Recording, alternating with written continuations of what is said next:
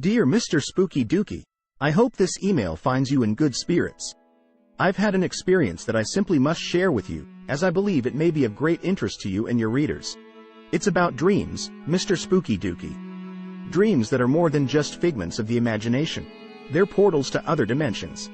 You see, ever since I was a child, I've been fascinated by dreams. They started out as simple flights of fancy, but as I grew older, they became increasingly vivid and lifelike. I found myself lucid dreaming more and more often, fully aware that I was in a dream and able to control my actions within it. Oh, the adventures I've had, Mr. Spooky Dooky. Flying through the night sky, leaping from rooftops with reckless abandon, even bouncing on fluffy clouds like a child's trampoline. Each night, I eagerly anticipated bedtime, eager to see what new world awaited me in my dreams.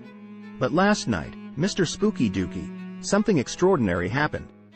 As I wandered through the surreal landscape of my dream, I came across a simple fork lying on a table.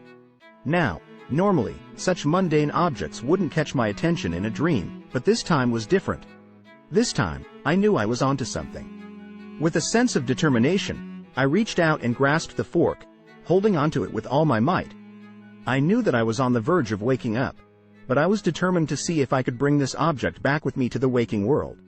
And then, Mr. Spooky Dooky, it happened.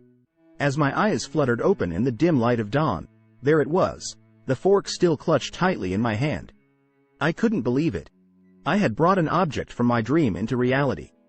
The sense of amazement and astonishment that washed over me was overwhelming. I wanted to shout it from the rooftops, to tell the whole world that dimensional travel through lucid dreaming was possible. But then, a thought crept into my mind, a warning, if you will. What if it's not just harmless objects that can be brought back from the dream world, Mr. Spooky Dooky? What if it's something darker, something more sinister? I shudder to think of the consequences if one were to bring back a monster from their dreams. Perhaps, Mr. Spooky Dooky, I shouldn't be telling you this at all. Maybe it's best to keep this discovery to myself, to prevent any unintended consequences. I leave it in your hands, dear friend, to decide if this story should be shared with the world. Yours in wonder and uncertainty, Devin.